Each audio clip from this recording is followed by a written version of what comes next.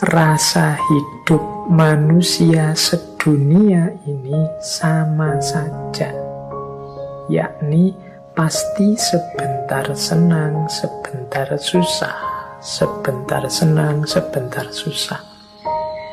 Tidak ada orang itu yang senang terus dari lahir sampai mati, tidak mungkin. Orang kok sedih terus, tidak ada senangnya sama sekali, tidak mungkin. Kecuali orang yang tidak mau bersyukur.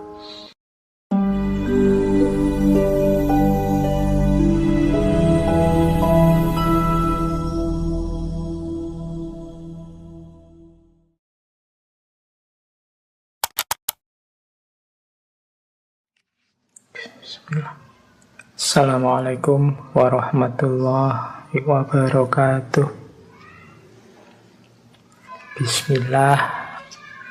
Mari teman-teman kita lanjutkan ngaji filsafat kita.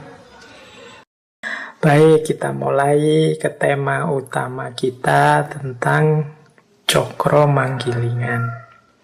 Kalau bagi masyarakat Jawa, hidup kita ini mengalami 3 dunia.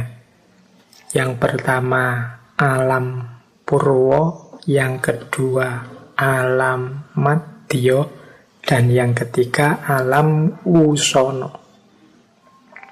Alam purwo itu alam sebelum kita hadir di muka bumi ini.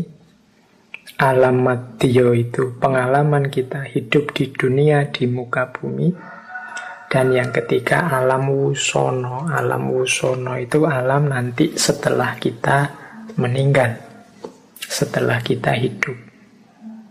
Jadi ini makanya falsafah hidup timur termasuk Jawa itu secara umum menerima adanya 3 dunia ini. Bandingkan nanti dengan filsafat barat tertentu yang hanya menerima alam madya atau alam syahadah kalau bahasa Arabnya. Jadi tidak mau membahas alam purwo, tidak mau membahas alam wusono, karena dianggap 2 alam ini metafisik, dan yang metafisik itu tidak ada gunanya dibahas, katanya orang modern. Beberapa filosof bilang alam metafisik itu meaningless, tidak ada gunanya kalau dibahas. Mungkin ada tapi tidak penting dibahas. Beda dengan tradisi filsafat timur yang menerima bahwa ada hidup sebelum kita di dunia ini dan nanti ada hidup setelah kita meninggal nanti. Maka perputaran cokro manggilingan itu tidak terbatas di alam madya saja. Jadi kalau teman-teman merasa, Pak, masa iya sih siklus perputaran hidup itu ada, wong saudara saya, tetangga saya, teman saya, atau jangan-jangan saya sendiri merasa sejak kecil sampai sekarang hidup susah terus. Atau saya ini orang kaya loh, Pak, perasaan nggak pernah itu, Pak, mengalami susah hidup, ya rasanya lancar-lancar saja, enak-enak saja, senang-senang saja. Nah itu ya kalian mungkin ngukurnya hanya di alam madya.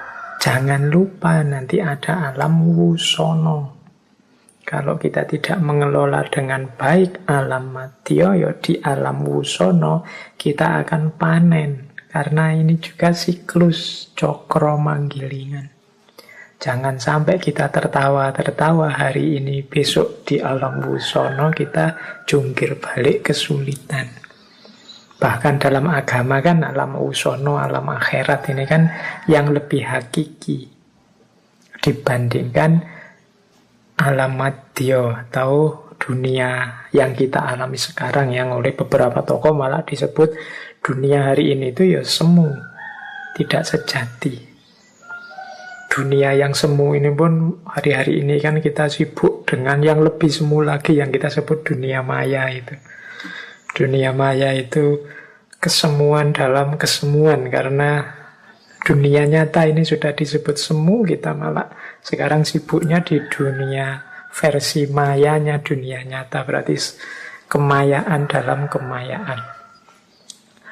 Oke, jadi ada alam purwa, alam madya, alam wusono. Ini siklus hidupnya manusia. Maka mungkin tadi ada pertanyaan-pertanyaan, ada itu Pak orang yang dari lahir sampai meninggal seneng terus atau susah terus?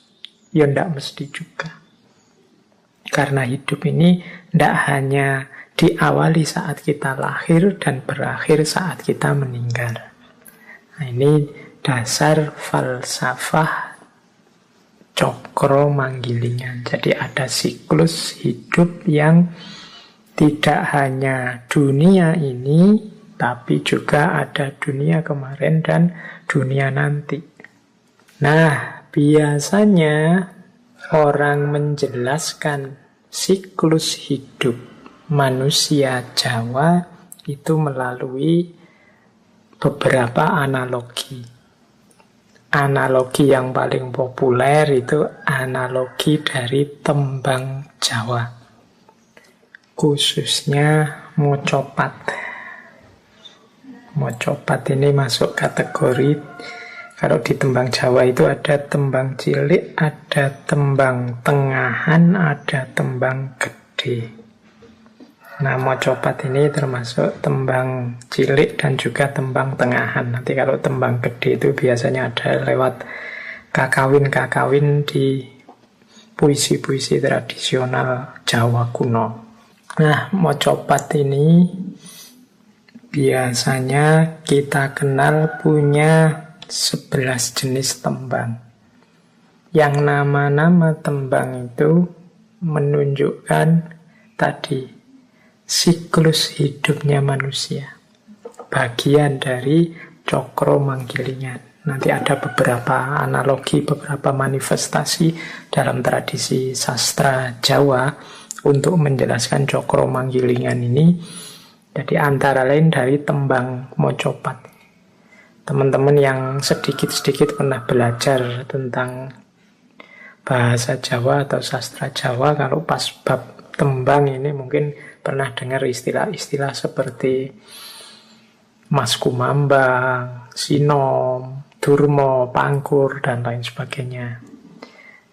Nah, 11 jenis tembang mocopat yang kita kenal itu ternyata ada urutan siklus hidupnya manusia. Coba kita tengok perlahan-lahan ya. Ini nanti ada beberapa perbedaan cara mengurutkan. Tapi saya urutkan di versi yang lebih populer saja. Jadi hidup manusia itu diawali dari Mas Kumambang, kemudian Mijil, kemudian Sinom, kemudian Kinanti, kemudian Asmorondono, kemudian Gambuh, Dandanggulo, Durmo, Pangkur, Megatruh, dan Pucung. Ini mohon maaf ya yang dari luar Jawa, yang bukan Jawa. Semoga istilah-istilah ini bisa paling tidak jadi informasi baru atau wawasan yang baru buat teman-teman. Yang paling awal hidup manusia itu Mas Kumambang. Mas Kumambang itu emas, itu ya emas. Kumambang itu kambang. Kambang itu kalau dalam bahasa Indonesia bisa diterjemahkan sebagai terapung, terapung, jadi melayang. Jadi Mas Kumambang itu emas yang terapung. Ini digunakan untuk menjelaskan fase hidupnya manusia saat masih ada dalam kandungan ibu. Dalam hidup kita ini kan ada fase kita meringkuk 9 bulan dalam rahim ibu. Nah, ini fase Mas Kumambang. Makanya tadi ada alam purwa, alam sebelum kita muncul di dunia ini. Ini masih murni, masih sejati. Makanya masih dalam kondisi emas yang kumambang, melayang dalam perut ibu kita masing-masing. Setelah Mas Kumambang ada mijil. Mijil itu menggambarkan masa saat kita lahir. Mijil adalah fase ketika kita menjadi bayi. Nah, itu namanya mijil. Mijil secara letterlek dalam bahasa Indonesia artinya muncul. Kalau sudah mijil, kemudian masuk ke fase selanjutnya, yaitu sinom. Ada kata-kata nom itu mungkin teman-teman paham ya, maksudnya muda. Ini masa kanak-kanak sampai balik, sampai remaja. Ini masa ketika manusia harus banyak belajar. Masa pembentukan jati diri. Ini masa sinom. Itu yang ketiga. Jadi setelah lahir, kemudian mengalami masa kanak-kanak sampai remaja, sampai balik. Setelah itu kinanti. Kinanti ini berasal dari kata-kata kanti, yang artinya dituntun atau dilatih. Setelah seorang manusia mencapai jenjang remaja, disitulah saatnya dibentuk jalan pikirannya, dituntun cara menjalani hidup yang benar dan baik.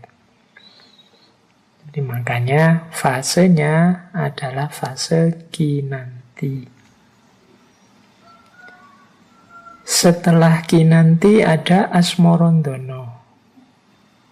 Asmorondono itu fase ketika sudah mulai jatuh cinta kepada lawan jenis.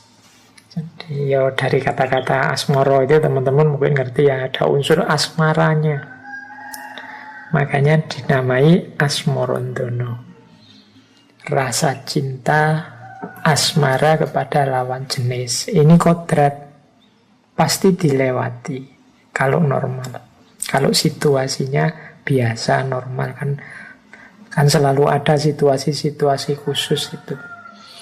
Ya situasi khusus membahasnya khusus. Secara umum ya asmorondono itu fase ketika seseorang cinta kepada lawan jenisnya.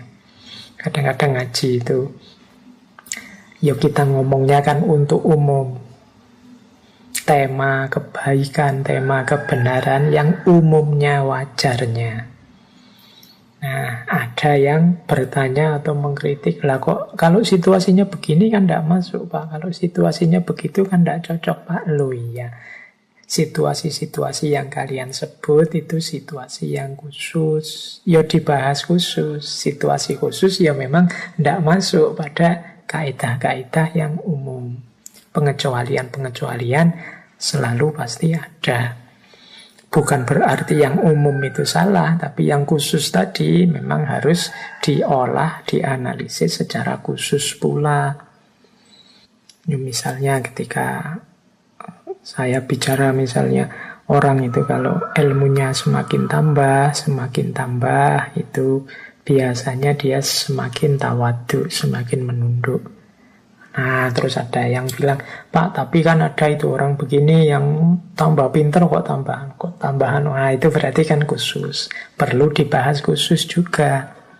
Mengapa kok terjadi yang seperti itu? Tidak masalah, tidak salah juga pertanyaannya. Di situ nanti ada ilmu itu akan semakin berkembang. Tidak sekedar macet atau berhenti di satu teori umum tadi, tapi nanti dia akan nambah perspektif baru, nambah wawasan baru, tidak masalah. Tapi paling tidak di awal kita ngerti bukan berarti yang umum tadi salah, tapi selalu ada situasi-situasi khusus yang perlu juga jadi pertimbangan. Baik, asmorondono, malah sampai sana ngomongnya. Kita lanjutkan. Setelah jatuh cinta di asmorondono ada gambuh. Gambuh ini berasal dari kata jumbuh. Atau ada yang bilang maknanya sama dengan sarujuk. Kalau tadi ngomong Asmarandono itu jatuh cintanya, Gambuh ini menikahnya. Jadi tidak hanya jatuh cinta, tapi ada menikahnya. Fase hidup bersama dengan pasangan ini fase namanya Gambuh. Setelah menikah, setelah Gambuh ada Dandang Gulo.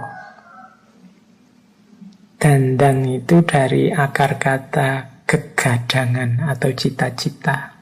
Gulo artinya manis. Jadi kalau sudah punya pasangan, saatnya untuk merancang hidup bahagia, mewujudkan semua cita-cita.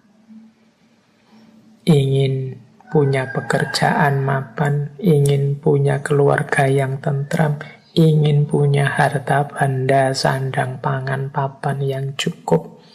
Nah, ini fase Dandang Gulo, fase mewujudkan cita-cita. Kalau sudah sampai di fase Dandang Gulo, saatnya Durmo.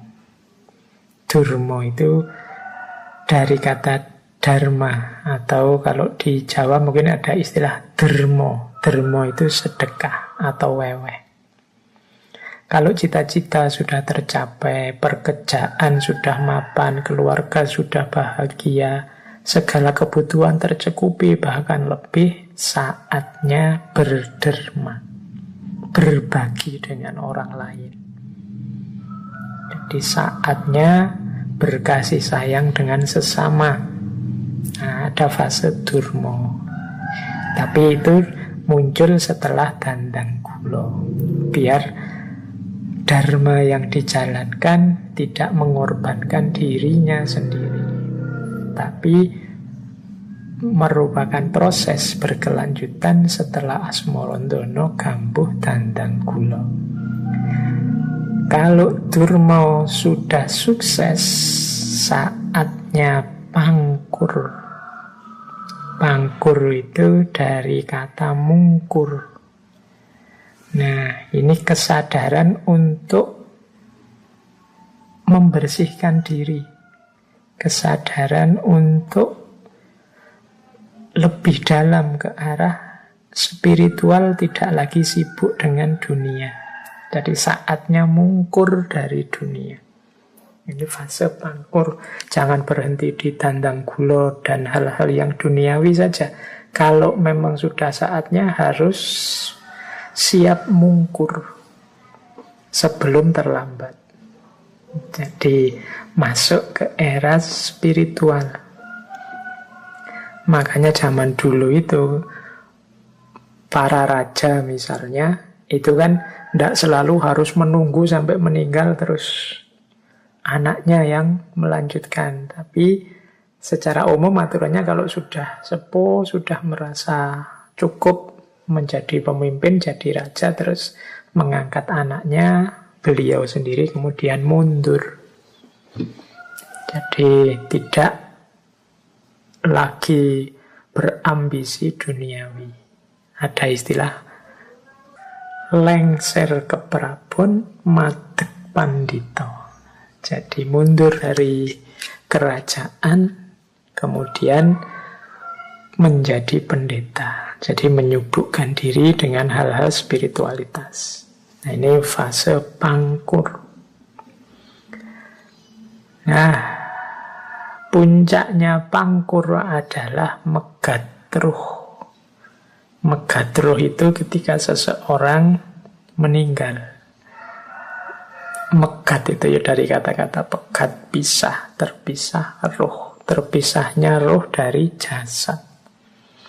Ini saatnya orang kembali kepada Yang Maha Kuasa. Namanya megatruh. Dan yang terakhir ada pucung. Pucung ini ya selesainya hidup kita di alam madya, yang berakhir hanya membawa kain kafan dan amal hidup kita di dunia. Segala yang duniawi sudah kita tinggalkan. Ini fase pucung. Yo, kasarnya kemudian diterjemahkan jadi pocong. ya kita meninggal sudah. Kalau sudah ada di fase pocong, masuk alam wusono. Nah, ini istilah-istilah dari tembang yang 11 ini menggambarkan siklus hidup kita. Jadi berputar dari sejak di perut ibu sampai pucung. Ya nanti mungkin berlanjut lagi di alam wusono. Baik, itu manifestasi salah satunya dari cokro manggilingan. Kita lihat lagi, kalau ini yang saya sebut tadi mikro ya. Mikro itu yang untuk skala kecil, jagat cilik kehidupan kita. Sekarang kita lihat ke jagat yang besar, jagat yang makro. Seperti apakah cokro manggilingan bekerja? Kita ambil satu contoh, misalnya pendapatnya beliau Ronggowarsito tentang perputaran zaman, bagaimana jagat besar ini berputar. Kalau di serat Kolotidho, atau mungkin teman-teman bisalah membaca serat Centini, yang di situ juga banyak mengutip pandangannya Ronggowarsito. Jadi zaman ini berputar dari fase Kolotidho, kemudian Kolobendu, dan akhirnya Kolosubo. Jadi ini sebenarnya fase-fase akhir zaman. Kalau dalam Ronggowarsito, jadi fase-fase zaman yang berputar dari lahirnya satu peradaban, satu budaya, sampai mengalami masa-masa akhir. Nah, masa-masa akhir itu diawali dari Kolotidho. Zamannya beliau, Ronggowarsito sendiri, itu beliau menyebutnya zaman beliau itu ya zaman Kolobendu, yang diawali dari Kolotidho. Jadi ada Kolotidho, kemudian Kolobendu, dan nanti mengalami perbaikan saat Kolosubo. Kolotidho itu zaman egoisme. Jadi ketika orang mengejar kesenangannya sendiri, kebaikan dan kebenaran diremehkan. Pembedaan-pembedaan, ini benar loh, itu salah. Ini adil loh, kalau yang itu tidak adil. Ini baik, kalau yang itu buruk. Itu sudah tidak lagi digubris. Semua orang mengedepankan kepentingannya sendiri. Nah, ini zaman Kolotidho.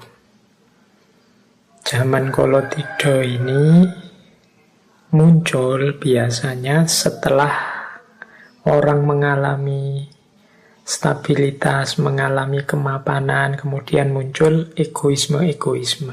Ingin enaknya sendiri, ingin menang terus, ingin senang terus.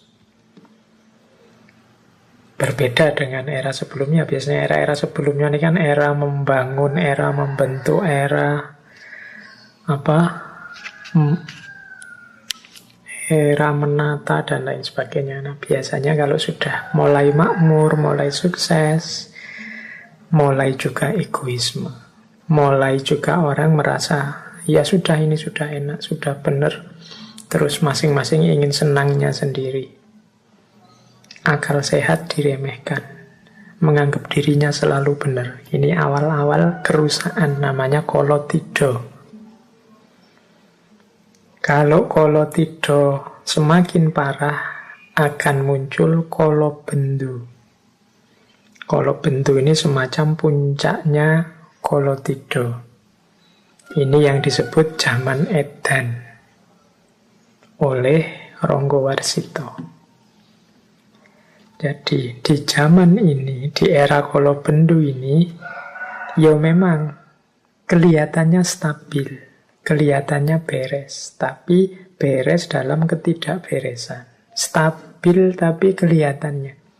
Makanya ilustrasi zaman Edan itu kan semua orang sudah Edan. Kalau tidak ikut Edan, tidak keduman. Maka semua ingin keduman. Akhirnya Edan semua. Di kalangan orang Edan semua, itu yang waras, yang dianggap Edan.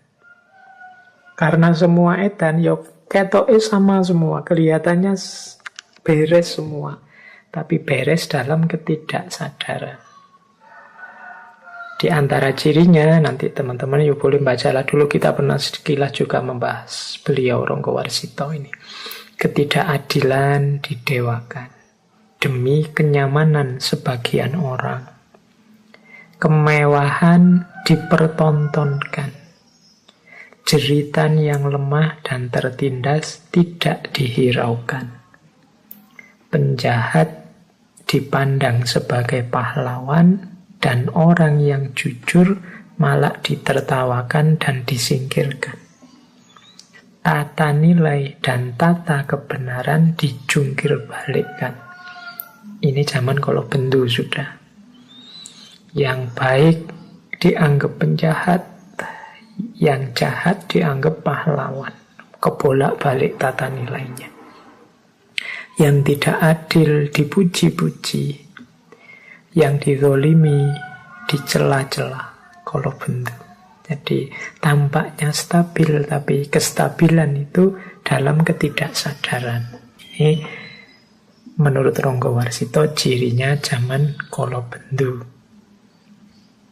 Tapi ya karena dunia ini cokro manggilingan, pada saatnya kalau bentuk juga akan berganti jadi kolo subuh.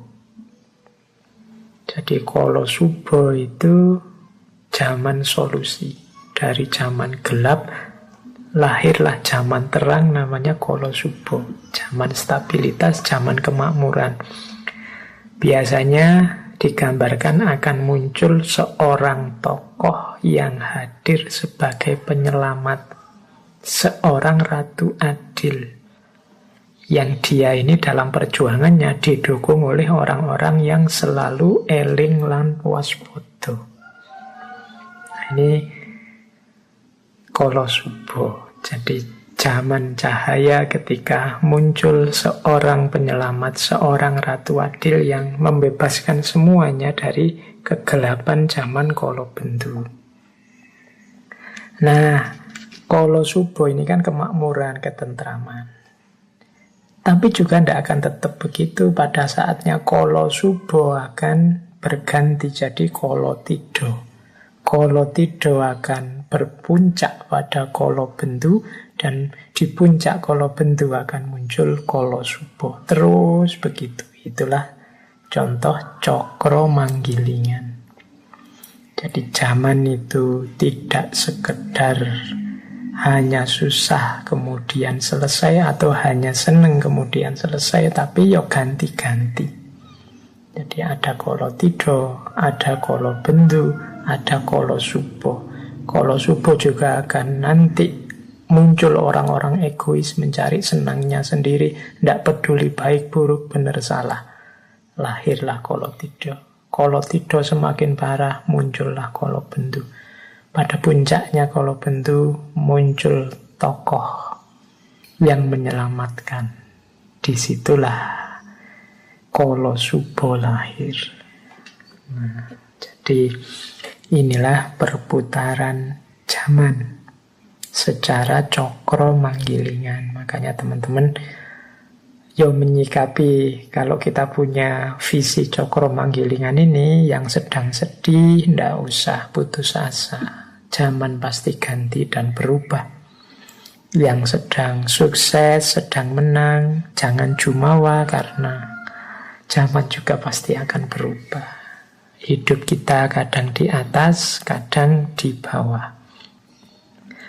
Baik, kalau tentang 3 ini teman-teman boleh kembali lagi mencari serat kolo tido, atau hari ini kan banyak itu tulisan-tulisan atau mungkin video-video YouTube yang membahas tentang Ronggowarsito dan ramalan-ramalan akhir zaman versi para pujangga Jawa. Oke, kita lanjutkan. Nah, dalam tradisi falsafah hidup Jawa ada konsep juga cara menyikapi cokro manggilingan.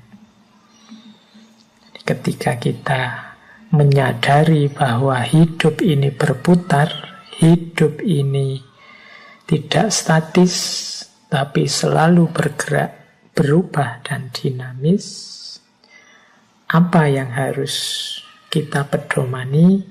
Ada istilah dalam budaya Jawa namanya Triwikromo. Triwikromo ini ada yang mengartikan keteguhan hati, ada yang mengartikan alam. Jadi Triwikromo itu 3 prinsip, 3 ranah dalam hidup kita yang harus kita taklukkan. Yaitu masa lalu, masa kini, dan masa depan. Menghadapi hidup yang berputar, kadang di atas, kadang di bawah, yang selalu berubah, senjata kita adalah Triwikromo. Menguasai masa kini, masa depan, dan juga masa lalu. Prinsipnya apa? Bagaimana cara kita menguasai? Nah, cara menguasai atau prinsip-prinsipnya adalah yang pertama, kita harus selalu ingat bahwa yang kita rasakan saat ini adalah buah dari yang kita lakukan di masa lalu. Berarti apa? Kita harus mengambil pelajaran dari masa lalu sehingga kita nanti di masa depan bisa mengalami hal yang lebih baik daripada yang sekarang kita alami. Saya sudah enak kok Pak, masa lalu saya tertib sehingga sekarang saya bahagia. Ya, maka belajarlah dari masa lalumu sehingga engkau bisa di masa depan bahagia terus atau syukur-syukur bisa semakin bahagia. Saya di masa lalu kemarin masih ada keliru-kelirunya Pak. Ya, berarti buahnya keliru-keliru itu kan kau rasakan sekarang. Maka lakukan perbaikan saat ini biar nanti kalian di masa depan tidak merasakan buahnya keliru-kelirumu seperti yang kau rasakan sekarang. Jadi itu prinsip pertamanya itu. Ya nyambung dengan prinsip yang kedua. Kalau prinsip yang kedua, yang kita lakukan sekarang akan kita nikmati buahnya di masa depan. Ini sama. Jadi apa yang kita lakukan sekarang, ya siap-siap menerima hasilnya di masa depan. Jadi kalau diringkas dengan satu kata, Triwikromo itu menaklukkan masa lalu, masa kini, masa depan dengan cara belajar dari masa lalu, memperbaiki masa kini demi lebih baik di masa depan. Inilah cara kita menaklukkan 3 masa. Jangan sampai kita jatuh di lubang yang sama. Berarti kita tidak belajar dari masa lalu, apalagi tambah lebih jelek dari kemarin. Nah, itu berarti ya kita tidak belajar dari masa lalu. Kalau dalam Islam itu kan jelas, Muslim itu yaumuhu khairun min amsihi. Hari-harinya saat ini itu lebih baik dari kemarin. Dan hari besok lebih baik. Harus kita pastikan lebih baik dari hari ini. Tidak boleh sama saja. Kalau sama saja kita disebut orang yang rugi. Dan kalau lebih jelek, kita disebut orang yang terlaknat. Maka ayo hati-hati mengelola masa, mengelola waktu. Waktu bisa menjadi teman kita yang paling ampuh, paling dahsyat, tapi sebaliknya dia juga bisa jadi musuh kita yang paling menghancurkan. Mari kita taklukkan lewat Triwikromo. Dengan cara tidak sembrono, kita hidup hari ini dengan belajar dari kesalahan-kesalahan di masa lalu untuk mendapatkan buah yang lebih baik di masa depan. Jadi ini rumus pokoknya menghadapi cokro manggilingan. Oke, kita lanjutkan. Nah, selanjutnya bagaimana sih terjemahan dari cokro manggilingan ini dalam kehidupan nyata? Kalau tadi kan prinsipnya Triwikromo. Dalam kehidupan nyata, bagaimana kita memedomani cokro manggilingan ini?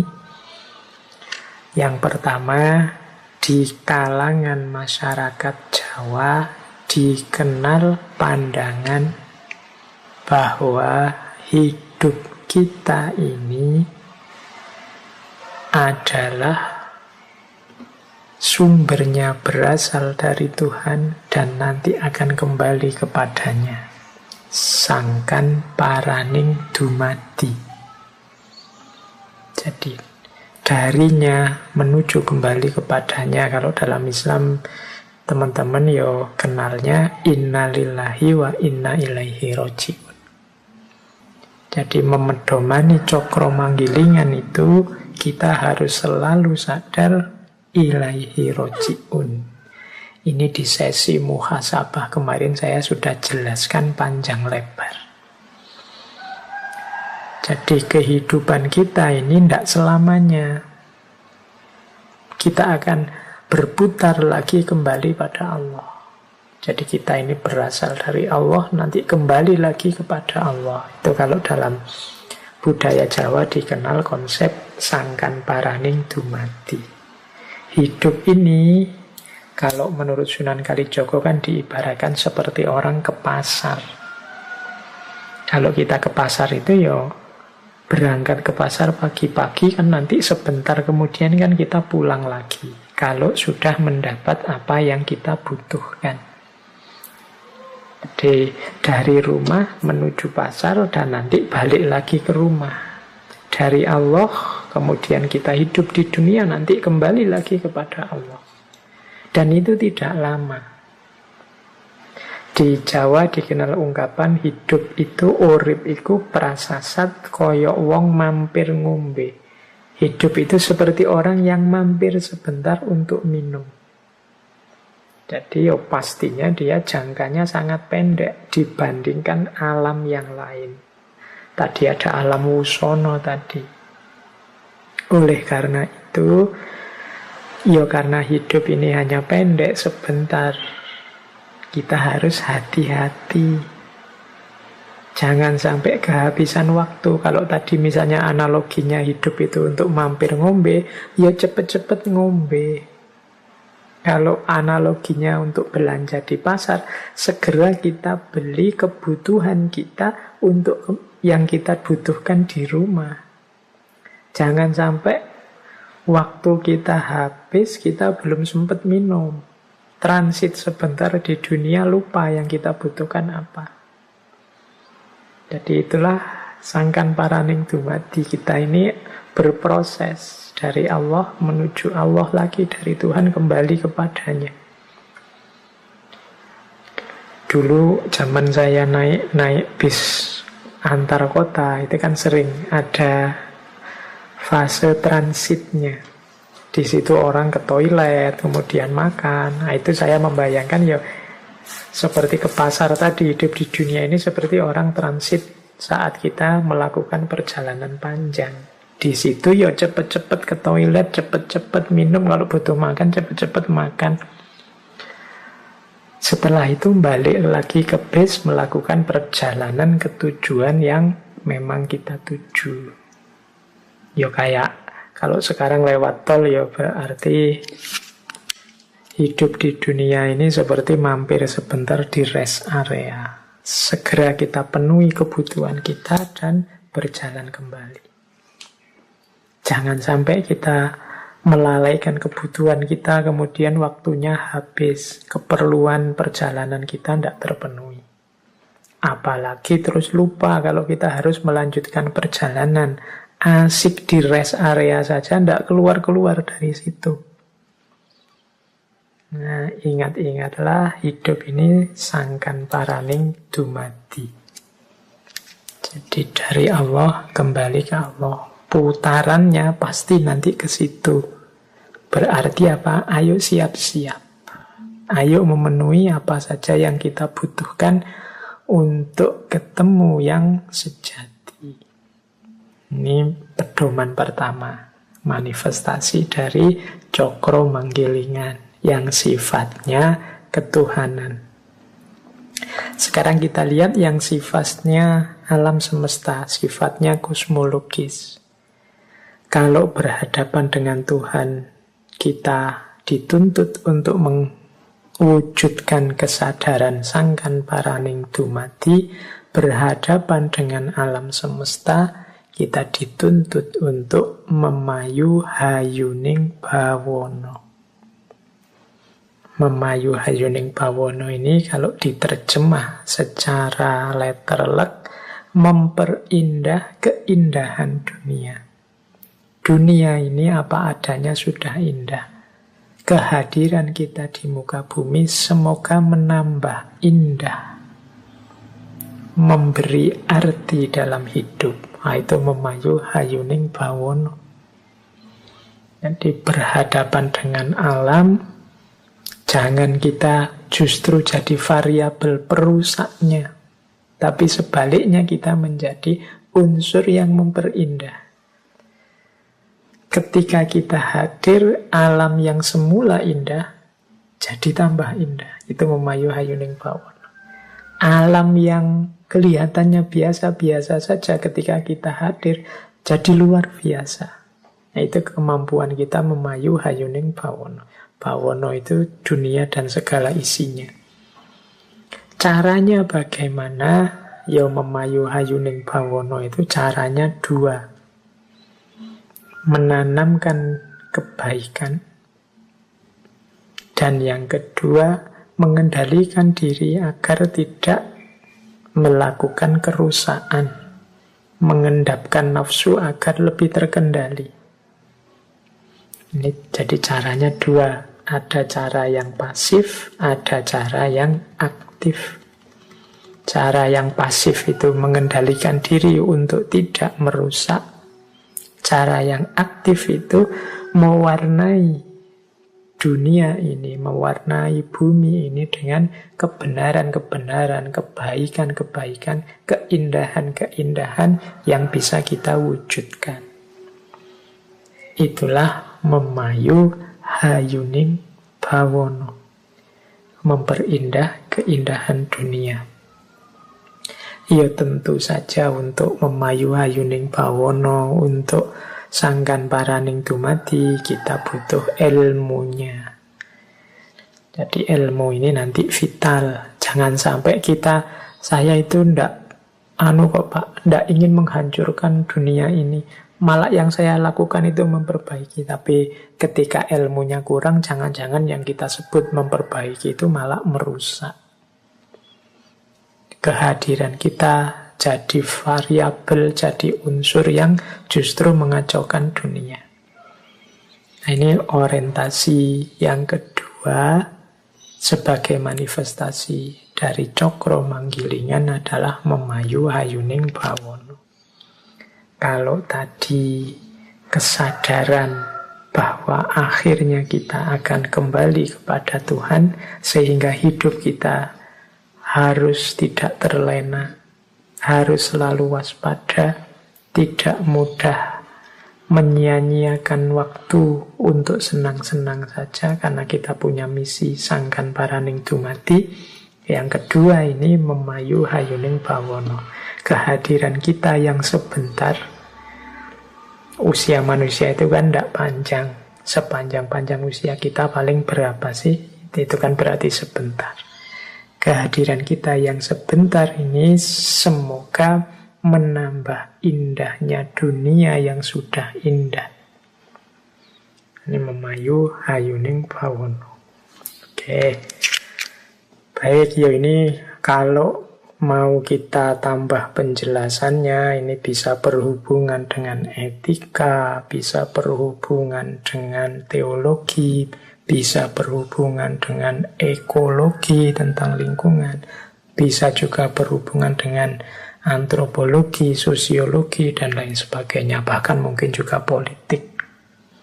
Bagaimana kita mengembangkan sistem politik, kehidupan politik yang memayu hayuning bawono. Bagaimana kita mewujudkan hidup berbudaya yang memayu hayuning bawono. Bagaimana kita membentuk kosmos, kita menyikapi kehadiran kita di alam semesta yang memayu hayuning bawono. Inilah prinsip-prinsip dasar kehidupan Jawa yang antara lain bersumber dari falsafah Cokro-Manggilingan. Nah, sekarang yang ketiga. Ini juga lanjutannya, orientasi hidup berdasarkan Cokro-Manggilingan. Kalau ini secara psikologis. Kalau tadi kosmologis itu tentang alam yang memayu hayuning bawono. Sebelumnya teologis berhubungan dengan Tuhan, sangkan paraning dumati. Kalau ini secara psikologis, kejiwaan manusia yang berhubungan dengan Cokro-Manggilingan. Ini saya pinjam dari Ki Ageng Suryomentara. Dulu pernah kita bahas panjang lebar tentang beliau ini. Silahkan dicari rekamannya. Ini saya ngomong ringkas saja dari berbagai teori yang beliau sampaikan. Jadi di antara pola Cokro-Manggilingan dalam hidup mikro psikologis kita, itu adalah kita harusnya sadar bahwa senang dan susah itu sementara. Teman-teman yang mengkaji Ki Ageng Suryomentara mungkin masih ingat istilah mulur dan mungkret.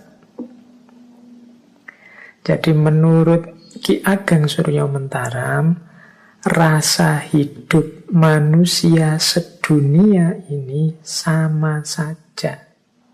Yakni pasti sebentar senang, sebentar susah. Sebentar senang, sebentar susah. Tidak ada orang itu yang senang terus dari lahir sampai mati, tidak mungkin. Orang kok sedih terus, tidak ada senangnya sama sekali, tidak mungkin. Kecuali orang yang tidak mau bersyukur. Jadi selalu hidup itu naik turun, naik turun. Sekalipun orang kaya, miskin, raja, kuli, wali, bajingan, itu paling banyak saya terjemahkan langsung dari bukunya beliau. Rasa hidupnya sama saja, yaitu sebentar senang, sebentar susah. Yang sama adalah rasanya senang susah, lama, cepat, berat, ringan, ini sama. Sedangkan yang berbeda adalah yang disenangi apa. Cuma itu saja yang berbeda. Ada orang yang senangnya punya teman banyak, ada orang yang senangnya punya uang banyak, ada orang yang senangnya kalau ibadah, ada orang yang senangnya kalau rekreasi. Kalau ini beda-beda. Tapi rasa sebentar senang, sebentar susah, ini semua orang sama. Oleh karena itu, kata Ki Ageng Suryomentara, kalau kita sadar seperti ini, hidup slow saja, santai saja. Kita bebas dari iri, dari sombong, dari hasud, dari kebencian pada siapapun. Wong kita ini manusia sama saja. Engkau iri apa sih pada saudaramu? Mungkin saudaramu juga iri hal tertentu padamu.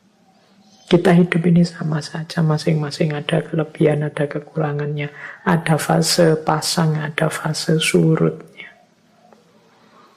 Jadi hidup ini mari kita sikapi biasa saja, santai saja. Kalau bahasanya anak-anak hari ini slow way, karena semua orang sama saja.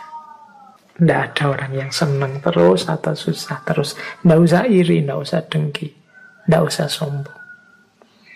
Coba dilihat putaran gambar itu yang di slide itu yang Kalau ini yang teori mulur mungker tadi dari Ki Ageng Surya Mentaram untuk menggambarkan mengapa kok orang itu selalu ada senang dan susahnya. Ini bulatan ini silahkan dimulai dari mana saja. Misalnya